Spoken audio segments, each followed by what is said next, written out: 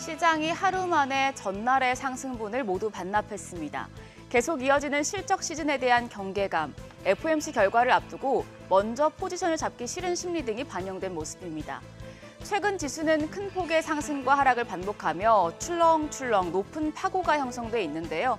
간밤에 미증시에서 기술주들이 급락한 가운데 오늘은 일본은행의 통화정책회의 결과가 나오고 삼성전자 확정 실적도 발표되는 등 시장에 영향을 줄 이슈들이 많습니다. 바쁜 하루가 되겠는데요. 어제장부터 복귀하시죠. 양 지수 어제 상당 부분 밀렸습니다. 코스피가 0.99% 반락해 2738.19포인트, 코스닥도 0.52% 내려 803.78포인트에 마감했습니다. 1,800여 개 종목이 하락하며 하루 전과 다르게 전방위적으로 약한 모습이었습니다. 수급 마감 상황입니다. 외국인들이 갈피를 도통 잡지 못하고 있습니다. 어제는 일단 팔고 보는 분위기가 만들어졌는데요. 양시장에서 매도 포지션 취했습니다. 유가증권 시장에서는 외국인 4,001억 원, 그리고 기관도 팔자세로 방향을 바꾸면서 양매도가 나왔습니다. 기관 역시도 3,541억 원의 매도 우위 기록했고요. 개인 홀로 7,284억 원 순매수했습니다. 코스닥 시장에서도 외국인은 1,036억 원 매도 우위를 기록했습니다.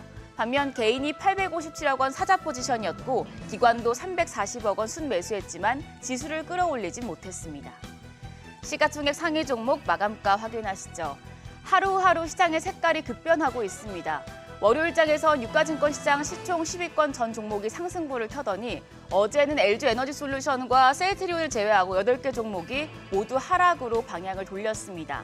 반도체 투톱 모두 내렸는데 특히 SK하이닉스 약세의 골이 깊었습니다. 애플이 AI 사업에서 엔비디아가 아닌 구글의 AI 칩을 사용했다는 소식이 엔비디아의 고대역폭 메모리를 공급하는 SK하이닉스에 악재로 작용했습니다. 3.43% 내려 18만 8,900원입니다. 현대차가 2% 넘게 내렸고 기아도 1.85% 조정을 받았습니다. 더불어서 신고가를 기록했던 KB금융도 1.65% 약세, 시총 10위로 올라선 포스코홀딩스 1% 가까이 하락했습니다. 반면 2차 전지 대표주는 투자은행 모건스탠리가 테슬라를 최선호주로 지목하자 상승세 시연했는데요. LG에너지솔루션이 1%대 강세 기록했고요. 코스닥 시장에서도 에코프로비엠과 에코프로 모두 상승부를 켰습니다.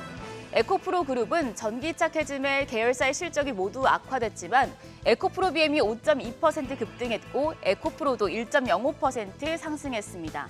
다만 테슬라가 간밤에 4% 넘게 빠졌기 때문에 이 부분은 참고하시길 바랍니다. 한편 일부 헬스케어 종목의 상승세도 두드러졌습니다.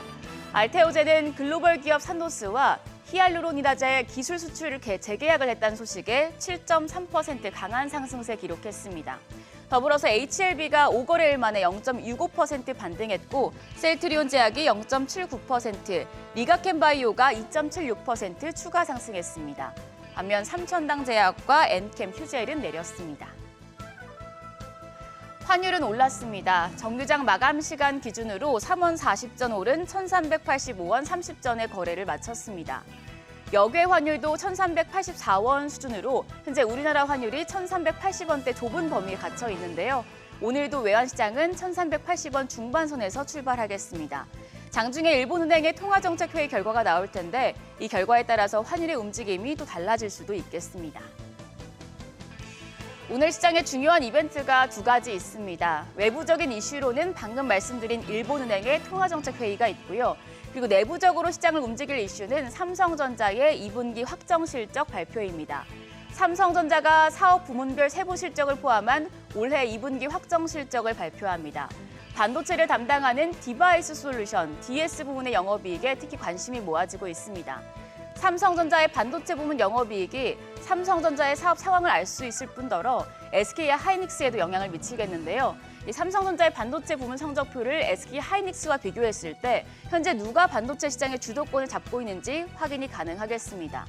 현재 삼성전자의 2분기 영업이익은 10조 4천억 원, 그중에서 반도체 부문 영업이익은 6조 원 수준으로 추정됩니다. SK하이닉스는 5조 4,685억 원입니다.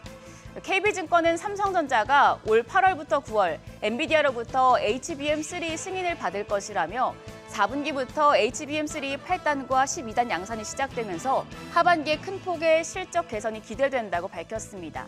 잠시 뒤에 삼성전자 컨퍼런스 콜이 열릴 텐데요. 확정 실적과 함께 HBM3 양산 일정 등 어떤 사업 계획을 내놓을지 주목됩니다. 오늘장에 영향을 줄 이슈들 더 자세하게 살펴보시죠. 오늘 일본은행의 기준금리 결정도 중요하겠습니다. 현재 일본은 금리 인상 기대감이 팽배한 상태죠. 이번 회의에서 추가 금리 인상을 예고하는 신호가 나온다면 미일 금리 격차를 이용한 투자가 줄어들게 되고요. 싼 이자로 엔화를 빌려서 달러로 바꾼 뒤에 자산에 투자해서 차익을 얻는 엔캐리 트레이드도 청산 가능성이 높습니다. 그러면 결과적으로 글로벌 자산을 팔면서 미국의 기술주가 하락하고 이에 우리나라 주식도 일부 매도세로 돌아설 가능성이 크기 때문에 이번 회의에서 어떤 결과가 나올지 예의주시하셔야겠습니다. 이어서 삼성전자의 확정 실적을 비롯해서 삼성전기와 삼성물산, 키움증권, 하나에어로스페이스, APR 등의 실적도 확인하시죠. 어제 시간의 거래에서는 아스콘 관련주가 강했습니다. 포스코 인터내셔널이 SG와 손을 잡고 우크라이나 재건 프로젝트 핵심인 도로 복구 사업에 뛰어든다는 소식에 관련주가 상승했고요.